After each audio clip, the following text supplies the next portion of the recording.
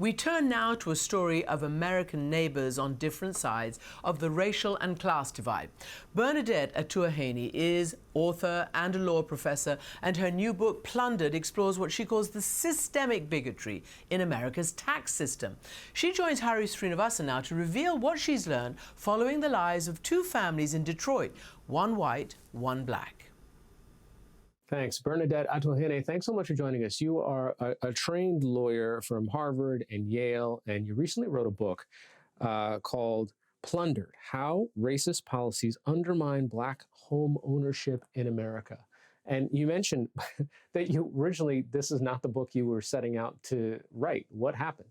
Yeah, so my first ethnographic project all my work deals with land stolen from Black people. And so my first ethnographic project dealt with land stolen and apartheid and colonialism. And so that project was uncomfortable for me in many ways because it was, again, Black people as victims. So in my next ethnographic project, I wanted to look at vulnerable populations doing the stealing. And so I decided to do a big project on squatting. And I got a big National Science Foundation grant to study squatting in Detroit because Detroit has one of the largest modern day squatting phenomenons in America. And then through the research of squatting, I accidentally found the property tax foreclosure crisis and then switched my project. What was the property tax foreclosure crisis in Detroit all about? So since 2009, 1 in 3 homes has completed the property tax foreclosure process. 1 in 3. We haven't seen this number of property tax foreclosures in American history since the Great Depression. So the question is, what is going on in Detroit? Well, I did a study that shows between 2009 and 2015, in each of those 7 years, anywhere between 53 and 84% of homes the city was assessing in violation of the Michigan State Constitution, which quite clearly says no property can be assessed at more than 50% of the property's market value. But what I need you to understand, Hari, is this is not a problem unique to Detroit. Detroit is just ground zero for a national problem. A recent study found that Blacks and Hispanics pay on average a 10 to 13% higher property tax rate than whites for the same bundle of goods, which equals on average $300 to $400 more per year. So racialized property tax administration is a racial justice issue that our nation has not yet begun to address. Okay, so how does it actually get implemented? How do those, because what you're describing is sort of unequal conditions for parcels of land that should otherwise be worth the same, right? So who or how is a particular zip code or an area on a map getting one property tax designation versus another? Yeah, so the way property tax valuation is done, it's different. So with appraisals, it's individual house by house. And a lot of your listeners have heard of appraisal bias, the story where there was that one professor from Baltimore for Johns Hopkins who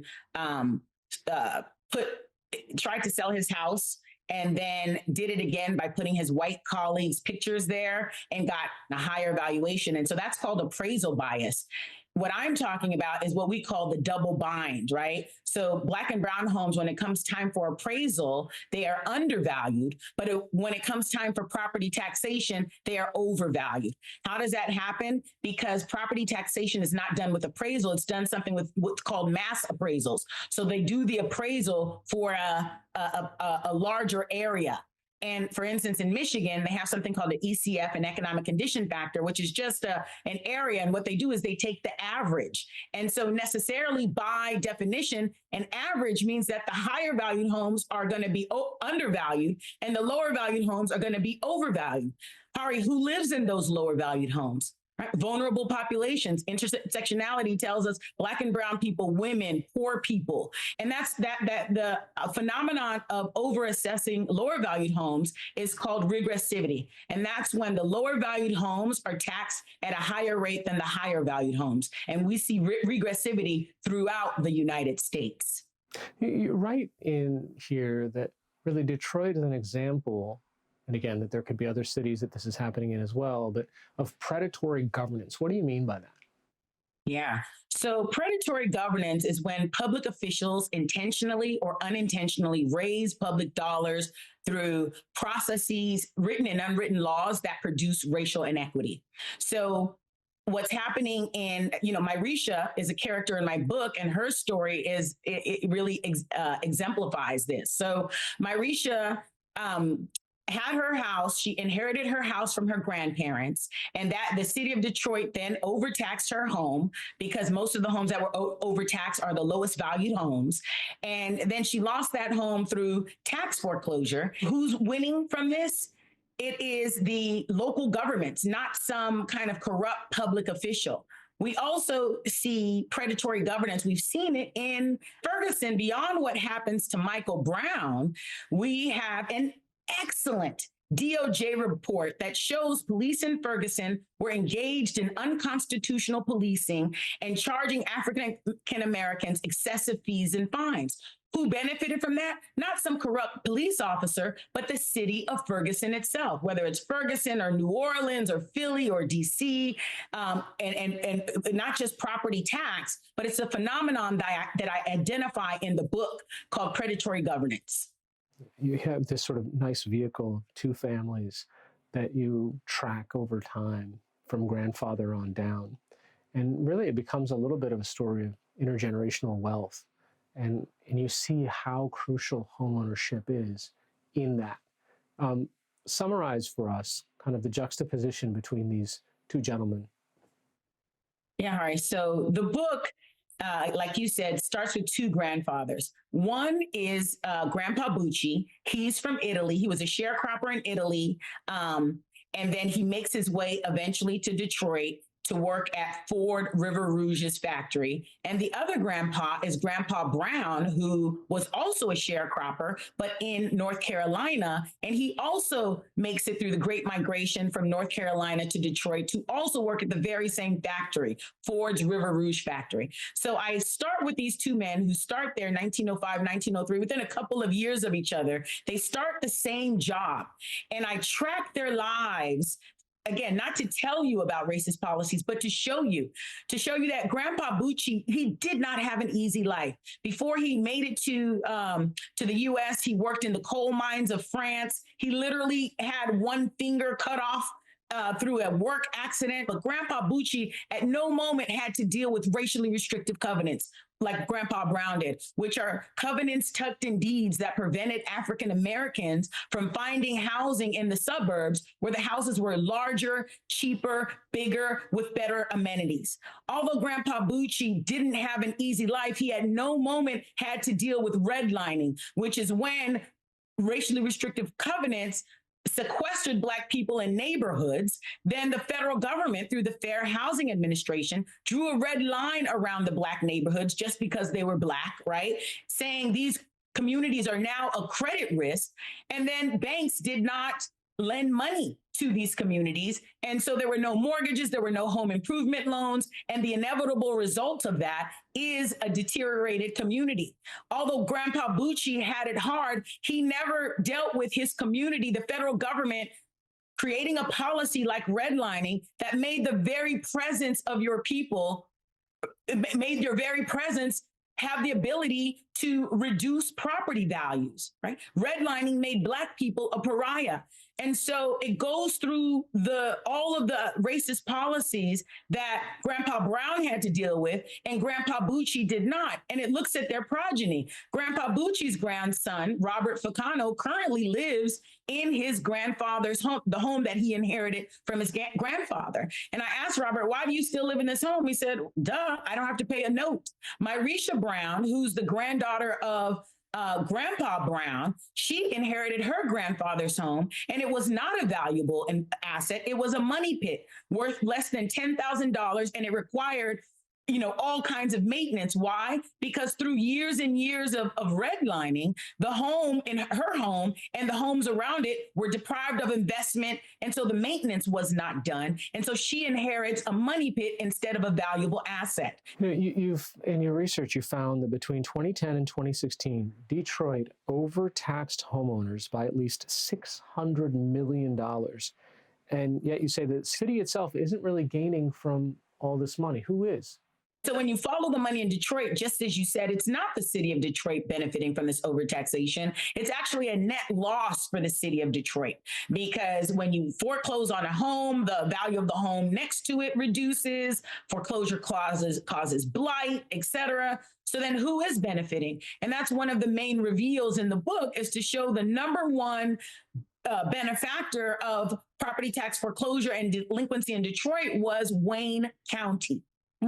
Because a lot of people know that Detroit went through the largest municipal bankruptcy in U.S. history and was taken over by an emergency manager. But what lots of people don't know is at the very same time, Wayne County was in a financial emergency, and it saved itself from emergency management and bankruptcy using something called the Delinquent Tax Revolving Fund, which is where that 18% interest on delinquent taxes goes, which is where the money from any home sold through the property tax foreclosure auction goes. And so they saved themselves from emergency management and bankruptcy using this money in this particular account that comes from property tax delinquency and foreclosure in Detroit. But again, that's the biggest money maker. But then, as we talked about earlier, I go through the various different entities that are also, in addition, making money from property tax delinquency and foreclosure in Detroit.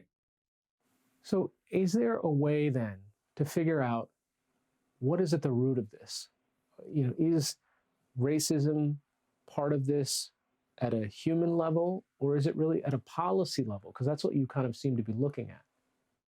Yeah. And the way we talk about racism in this country, we're looking for the racist, right? Hollywood has taught us to look for black hats, white hats, good guys, bad guys. And we need to shift from that to really thinking about this in terms of racist policies.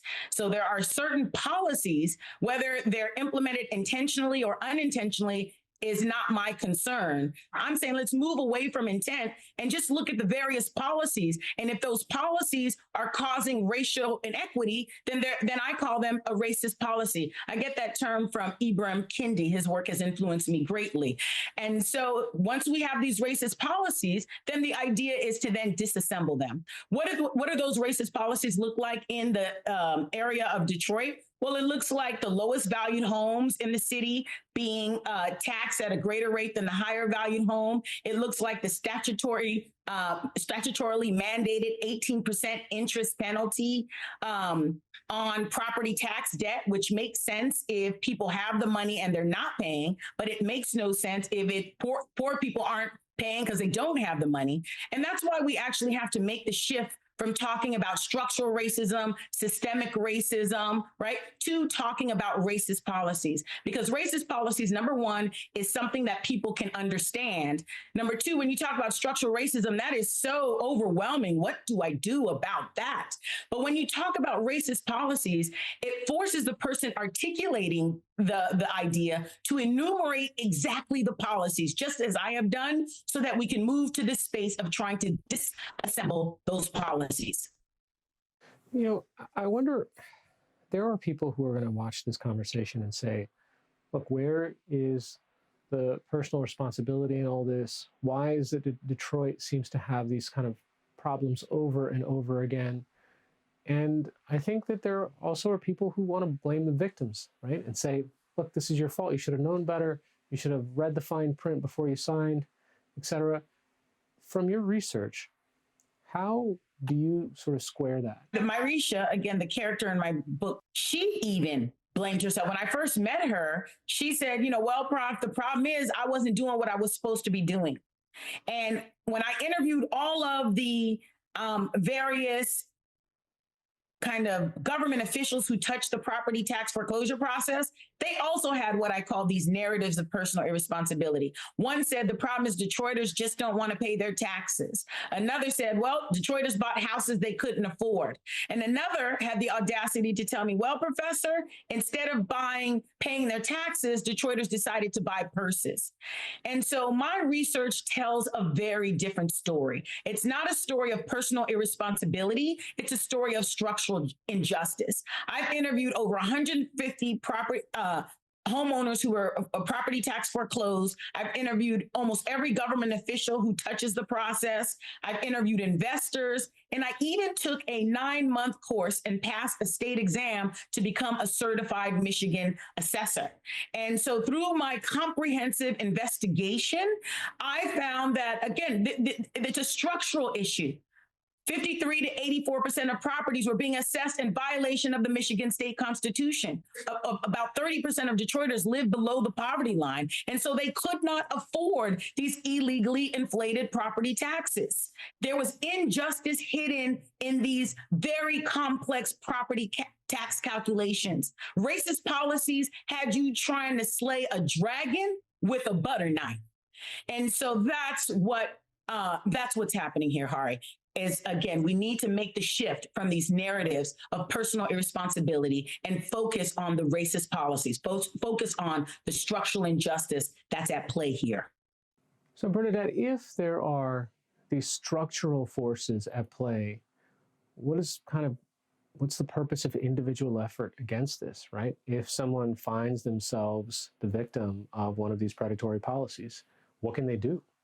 Before I went to law school, I was a community organizer in South Central LA. So when I found that 1 in 3 homes had completed the property tax foreclosure process in this 80% city called Detroit, I couldn't just write about it and keep on moving. So my students and I joined with over a dozen grassroots organizations to create something called the Coalition for Property Tax Justice. And we have 3 goals. Number 1 is to stop these illegally inflated property taxes, not only in Detroit, but throughout the nation. Number 2 is to make sure that people in Detroit, before they are foreclosed, we can make sure that the taxes they owed are not illegally inflated. And number 3 is to provide compensation.